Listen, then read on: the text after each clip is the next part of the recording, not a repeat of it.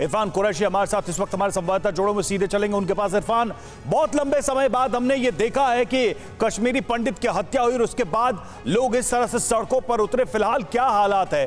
Police की तरफ से, प्रशासन की तरफ से जो मांगे रखी जा रही हैं, जो एहतजाज किया जा रहा है, जो विरोध प्रदर्शन किया जा रहा है, उस पर क्या भरोसा दिया गया, क्या कहा गया है?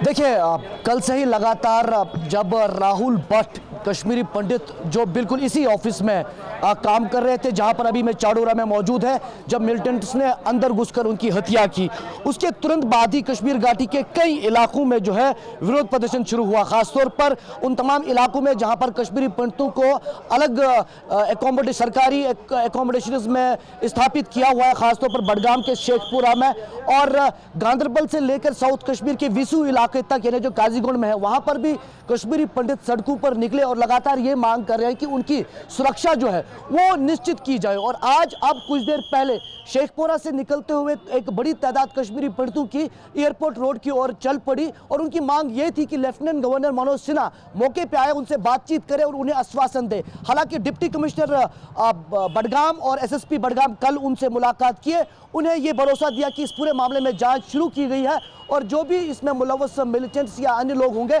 उन्हें सजा दी जाएगी। लेकिन फिलहाल कश्मीर में इस हत्या के बाद लगातार कश्मीरी पंडित लेकिन क्या अभी तक ये साफ हो पा रहा है या कुछ जानकारी मिल रही है कि हत्या क्यों की गई, इसके पीछे की वजह क्या है? देखिए, अभी आधिकारिक रूप पर इस पर किसी ने टिप्पणी नहीं की है। जम्मू कश्मीर पुलिस के आईजीपी की बात करें तो उन्होंने यह कहा है कि कुछ मिलिटेंट्स अंदर घुसे हैं ऑफिस के, उसके बाद जो है ये वारदात अंजाम दिए। आईजीपी से हमने बात की तो उन्होंने कहा कि अभी जो पुलिस की टीम है वो जांच कर रही है और तमाम जो एंगल्स है इस केस के वो देखे जा रहे हैं, क्योंकि एक सरकारी महकमे में काम करने वाले मुलाजिम के दफ्तर में घुसकर गोली मार दी जा रही है। इसे फिलहाल जो है पुलिस अपनी जांच में ला रही है। कश्मीरी पंडितों पर जब भी इस तरह के हमले होते हैं वो सवाल फिर से आ जाता है कि क्या वाकई में ये जो अलगाववादी, ये जो मिलिटेंट ग्रुप है, ये जो आतंकी समूह है, फिर से कश्मीरी हिंदू और पंडितों में खौफ पैदा करना चाहते हैं? लौटेंगे आपके पास और देखिए, कश्मीरी पंडित की हत्या बडगाम के तहसीलदार कार्यालय में ये आतंकी घुसे थे। क्या और डिटेल्स हैं, जरा हम उस पर भी गौर करते हैं। इस पूरे वारदात से जुड़े, पूरे मामले से जुड़ी डिटेल्स पर गौर करें तो बडगाम के तहसीलदार कार्यालय में ये काम कर रहे थे और उसी दौरान ये आतंकी घुसे थे और राहुल भट्ट के ऊपर हमला किया था। जब वो दफ्तर में मौजूद थे, इस ऑफिस में वो काम कर रहे थे, उसी दौरान इस घटना को अंजाम दिया आतंकियों ने सरकारी कर्मचारी राहुल भट्ट को गोली मारी उसी दौरान जब वो वहां पर मौजूद थे। आतंकियों ने राहुल को कश्मीर छोड़ने की धमकी दी।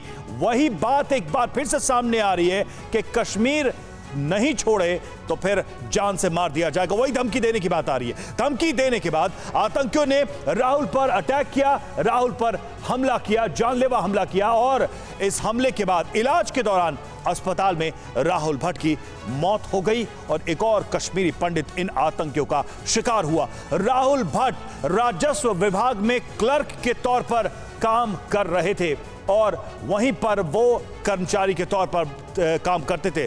राहुल भट्ट के बारे में जो बड़ी जानकारी वो निकली है इस पूरे मामले में वो ये कि उनको भी ये थ्रेट दिया जा रहा था कि वो घाटी छोड़ दें, कश्मीर छोड़ दें, अपना घर छोड़ दें, नहीं तो उनके ऊपर ये अटैक किया जाएगा। और आखिरकार आतंकियों ने वही किया, उनके ऊपर जानलेवा हमला किया और राहुल भट्ट की जान चली गई। परवाह देश की, सोमवार से शुक्रवार रात 10 बजे TV9 भारतवर्ष पर।